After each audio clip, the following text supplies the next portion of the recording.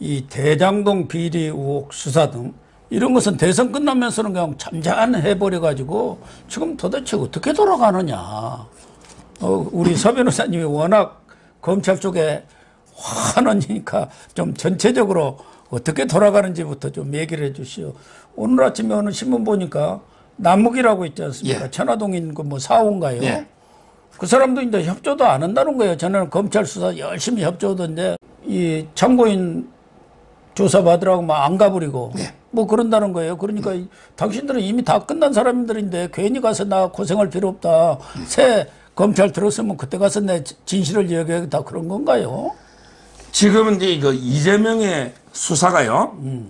크게 이제 그 네 가지가 엄청나게 그 강하게 진행되고 있고요. 아, 그렇습니까? 네 가지가 네. 크게 보면 이게 그 대장동 수사, 그 다음에 그 변호사비 대납 수사, 그 다음에 그 성남 FC 수사, 그리고 이제 그 경기주택도시공사 GH 인근 옆집 있죠. 네. 이 크게 네 가지가 되면서 그다음에 그 부인 있잖아, 해경궁. 거기 트위터하고 법인카드 있죠. 네. 요거 하고. 그다음에 아들도 도박하고 성매매까지. 예. 한마디로 이재명은 조국이처럼 이게 멸문지화를 당하게 생겼습니다. 일가가 지금 덜리고 지금 이게 부인하고 아들도 있고 이재명만 네 개인데, 자, 첫째 이거 대장동부터 제가 대장동은 제가 저번 주에 그 김만배하고 우리 성남시 의장 최윤길이죠. 두 명 재판을 수원에서 한 거예요. 제가 여기 재판에 갔습니다. 제가 최윤길 의장이 변호인 아닙니까? 예. 그분이 이게 국민의힘에서 넘어갔고 제가 이제 그 뭐 변호도 변호지만 처음에는 이게 대장동 초창기 정보를 제대로 알아야 되겠다. 예. 그분이 그 경기공사 설립 때부터 관여한 의장 아닙니까? 그래서 이게 제가 좀 대장동을 갔더니 우리 재판에도 남욱이하고 정영학이가 정인이거든요. 근데 지금 대장동은 관련자들이 완전히 두 조각이 났어요. 그래요? 뭐냐면 이게 유동규하고 김만배는 아직도 제명이만 믿어보자. 아직도 이게 이재명이 미련을 가지고 김만배하고 유동규가 협조하면서 이재명을 비호하고 있어요. 근데 나머지 있잖아요. 나머지 게 정영학, 남욱, 그 다음에 정민용 있죠. 예. 이 모든 분들은 이제는 이게 진실을 밝혀야 되겠다. 이제는 이게 이재명 믿고 뭐 2, 3년 살다 놀 게 아니다. 이제는 이게 진실을 밝혀야 된다. 이렇게 크게 두 조각이 나가지고 지금 이게 서로 이재명을 이쪽은 공격하고 아직 유동규하고 김만배는 변호하고 이렇게 두 조각이 나 있거든요.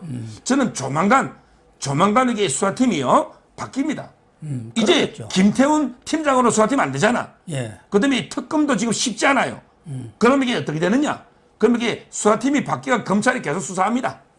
하다 보면 진실은 하나하나 드러날 수밖에 없어요. 김만배가 먼저 움직일까?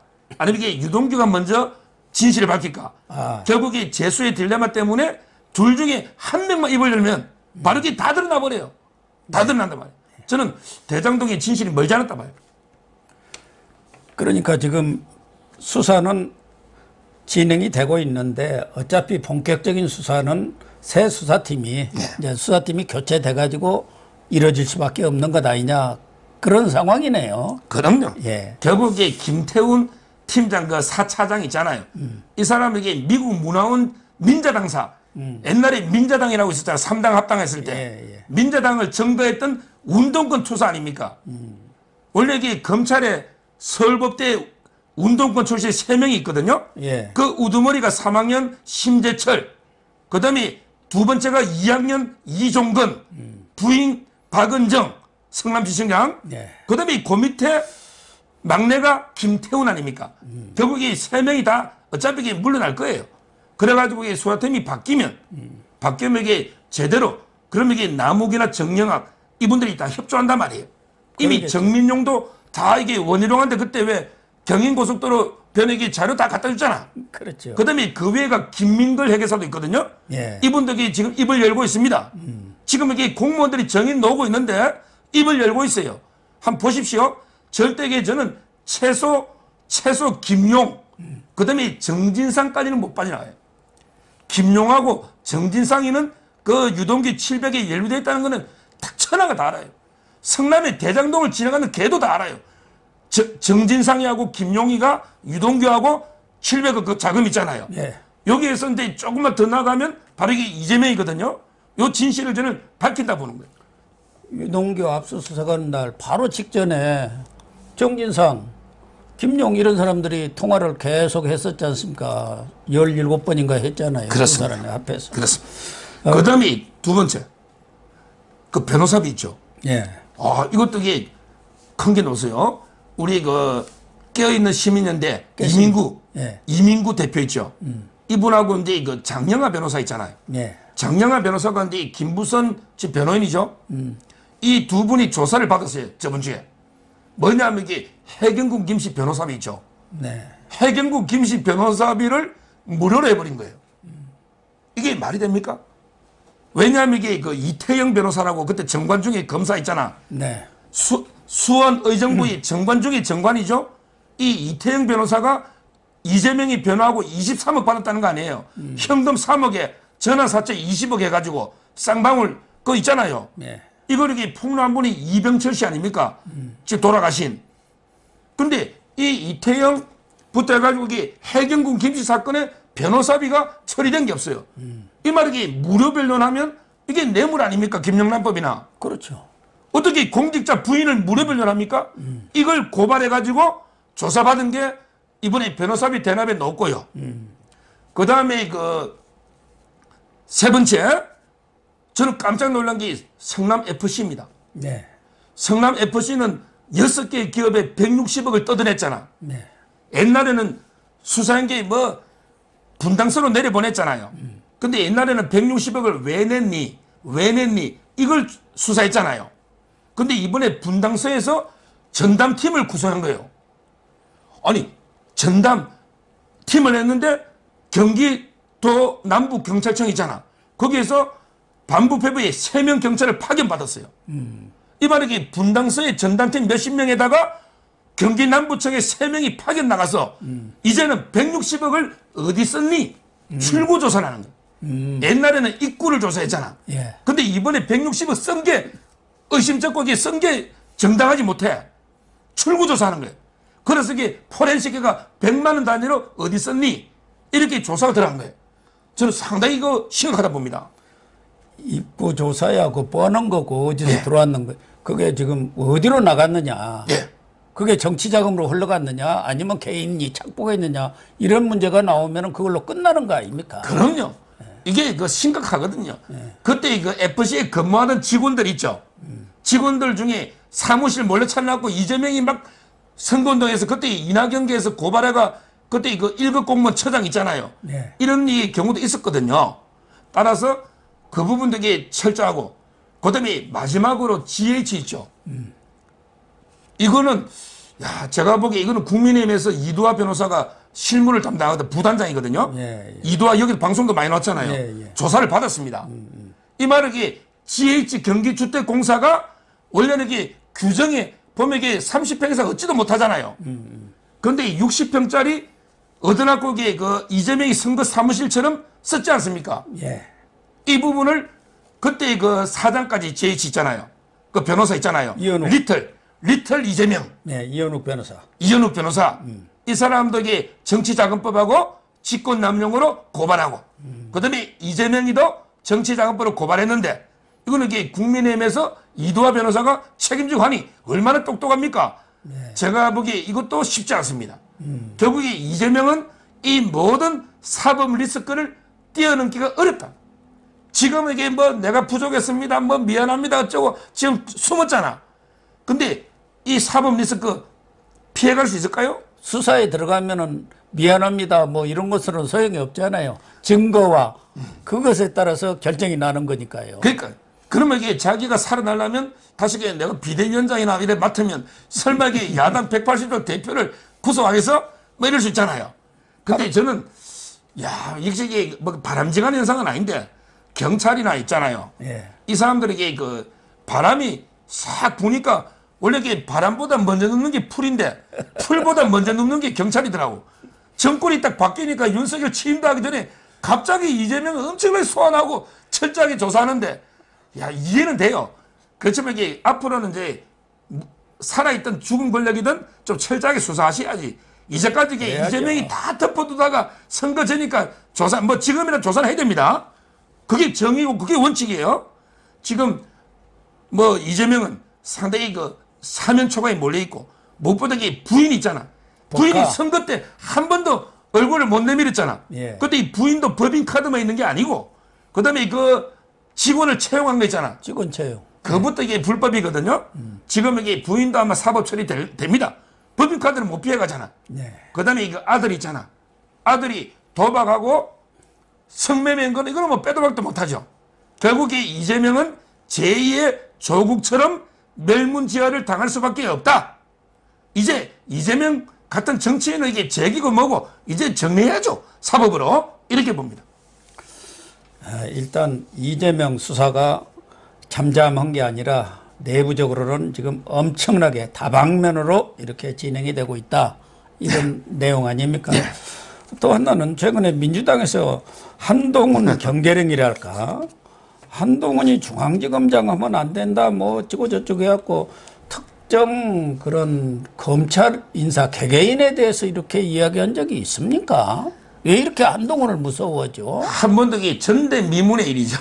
이게 전대미문이에요. 예. 어떤 이게 한동훈이가 어디 중앙지검장 오려면 나중에 윤석열이가 대통령 취임하고 그다음에 법무부 장관 임명하고 그다음에 법무부 장관이 인사권을 하고 한참 뒤에 이야기잖아. 7, 8월 되어야 뭐 빨라도 그 정도 아닙니까? 근데 지금부터 벌벌벌 떨면서 한동훈은 안 돼. 자기들에게 그 한동훈 공포증이 있는 거고요. 예. 무엇보다 그 한동훈한테 자기들에게 한 짓을 보십시오. 참 너무 검사는 수사로 말하고 군인은 전투로 말합니다. 한동훈 검사장이요. 솔직히 뭐 살아있는 권력이든 죽은 권력이든 수사는 열심히 했잖아요. 예. 수사는 때로는 가혹하들도 열심히 했잖아요. 그래서 이게 조국 일가 수사를 했더니 그러면 이게 자기들이 야당 수사할 때는 잘한다 하더니 조국 수사하니까 한동훈을 어떻게 했습니까? 한동훈을 대검의 반부패 부장하던 한동훈을 거기 부산 고검의 차장으로 부산 고검으로 이렇게 자천시켰잖아요. 예.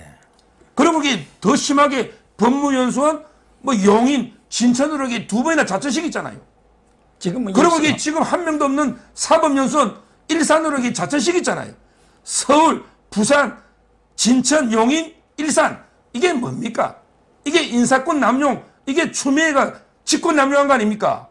그렇다면 이게 저는 검찰 인사의 정상화 차원에서도 한동훈은요 수하팀으로 이게 복귀시켜 주는 게 당연한 거 아닙니까? 예. 이게 정상화 아닙니까? 그 다음에 추미애가 한동훈을 찍어낸 거는 처벌해야죠. 추미애는 처벌해야죠. 예. 그 이후에도 한동훈이가 얼마나 고생해서 뭐 독직 폭행 채널 A 말려가지고 완전히 검사한테 그것도 이게 부하 검사한테 폭행까지 당했지 않습니까? 지금 이게 재판 중에 있잖아요. 예. 독직 폭행. 따라서 저는 한동훈의 이거 수사팀 복귀는 검찰이 정상화로서 당연하다. 그러면 제가 보기에 한 4자리 정도. 지금 한동훈이가 4자리 정도 그런데요. 뭐 제가 바라는 바는 이게 서울중앙지검장이 오면요. 그 다음에 수원지검장. 그 다음에 남부지검장. 남부도 있잖아요. 그 다음에 검찰국장. 지금 4자리 그런 데거든요. 근데 제가 정리해보면 중앙지검장이 오면 문재인가 죽습니다. 문재인 수사 퇴임하면 할 게 너무 많아. 송철호 건 있죠? 중앙에. 송철호. 예.